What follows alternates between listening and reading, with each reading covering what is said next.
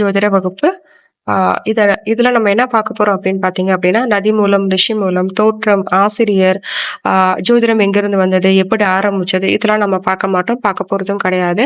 So இதெல்லாம் வந்து பார்த்தீங்க அப்படின்னா, Googleல போய் சர்ச் பண்ணீங்கனாலே நீங்க நெறைய எடுத்துக்கலாம். அப்படி இல்ல அப்படின்னா, விஜயா பதிப்பகம், நர்மதா பதிப்பகம் சொல்லிட்டு நெறைய புக்ஸ் இருக்கு. அதுல நீங்க ஏதாவது ஒண்ணு வாங்கி படிச்சீங்கன்னா, நீங்க கேட்கிற கேள்விக்கான எல்லா ஆன்ஸரும் அதுல வந்துரும். நதி மூலம், ரிஷி மூலம் நீங்க கண்டுபிடிச்சிடலாம்.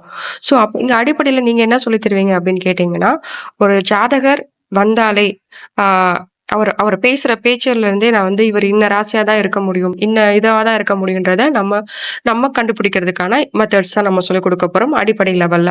ஸோ இங்க ஷார்ட் அண்ட் ஸ்வீட்டா தான் எல்லாமே நோட்ஸ் இருக்கும். வரக்கூடிய நோட்ஸ் எல்லாமே வாய்ஸ் ரெக்கார்டடா தான் வரும். அதுவும் இல்லாம அப்பப்ப சில பிக்சர்ஸ் வரும். அந்த பிக்சர்ஸ நோட் பண்ணிக்கோங்க அப்படின்னு சொன்னா, நீங்க ஒரு நோட்டு போட்டு நோட் பண்ணி எழுதி வச்சுக்கோங்க. இதெல்லாமே வந்து உயர்நிலைக்கு உங்களுக்கு ரொம்ப ஈஸியா இருக்கும். இந்த அடிப்படை ஜோதிடத்துல நம்ம வந்து ஒரு ராசி கட்டம் எடுத்துக்கிட்டோம்னா, ராசியோட உச்ச வீடு எது? நீச வீடு எது?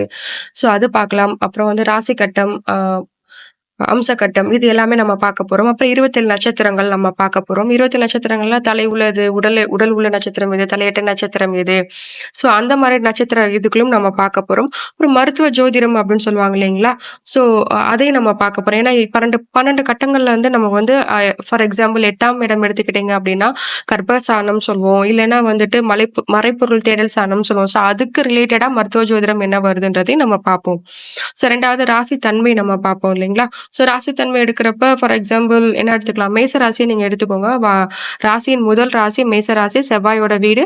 ஸோ அவங்க மேச ராசி இருக்கவங்க எப்படி இருப்பாங்க அப்படின்னு யோசிக்கும் போதே நமக்கு ஞாபகத்துக்கு வருது. ஃபர்ஸ்ட் ராசி அப்ப அவங்க கண்டிப்பா முதிரிக்கொட்டை மாதிரி தான் இருப்பாங்க. ஸோ ரொம்ப ஃபாஸ்டா வந்து எல்லா வேலையும் பண்ணணும்னு நான் ட்ரை பண்ணுவாங்க.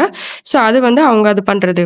அடுத்து வந்து இதுக்கு அப்படியே ஆப்போசிட் கும்பராசி. நிறுத்தி நிதானமா யோசிச்சு ஒரு வேலையும் ஸ்லோவா பண்ணுவாங்க. ஆனா கரெக்டா பண்ணுவாங்க. அதே மாதிரி கொஞ்சம் ஒரு ஸ்டெப் பேக் வந்தீங்கன்னா மகர ராசி. அவங்க வந்து தொண பேசிக்கிட்டே இருப்பாங்க. ஸோ இந்த மாதிரி ராசியோட தன்மை அவங்க நம்ம முன்னாடி ஒருத்தவங்க வந்து நிக்கும்போது பேசுற பேச்சிலே வந்து இவன் இப்படி தாண்டா இருப்பான். இப்போ ஃபார் எக்ஸாம்பிள் கடக ராசி எடுத்துக்கோங்களேன். அவங்க கண்ணு வந்து பெருசா இருக்கும்.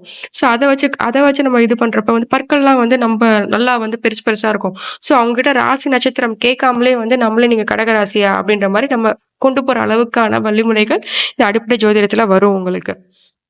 ஸோ 2வது வந்து இது எப்பயுமே மாறப்போறது கிடையாது. கடகராசிக்காரங்க கடைசி வரையும் கடகராசிக்காரங்களா தான் இருக்க போறாங்க. ஸோ அதனால அவங்களோட கேரக்டர் மாறப்போறது கிடையாது. அப்புறம் உலகியல் ஜோதிடம் பத்தின சில விஷயங்கள் நம்ம பார்ப்போம். ஆ பரிகாரங்கள் கொஞ்சம் பார்ப்போம். பஞ்சாங்கத்துல திதி எப்படி பார்க்கறது, சூனியம், திராஜ்யம் இதெல்லாமே எப்படி பார்க்கறோன்றத நம்ம சொல்லிக் குடுப்போம். அதே மாரி ஆட்சி, உச்சம், மூல திரிகோணம், கேந்திரம், அப்புறம் சஷ்டாங்க பார்வை, அப்புறம் வேற வேற என்ன சொல்லலாம்? நீசம், நீசபங்கம், வர்க்கோத்தமம், பரிவர்த்தனை, வக்கரம். ஸோ இது எல்லாமே வந்துட்டு இதுல வரும். அப்புறம் தமிழ் மாதங்கள வச்சு சில கான்செப்ட்ஸ் எல்லாமே வரும் அந்த அடிப்படை ஜோதிடத்துல. ஸோ இவ்வளவும் நம்ம அடிப்படை ஜோதிடத்துல நம்ம பார்க்க போறோம். வாங்க எங்க கூட பயணிங்க.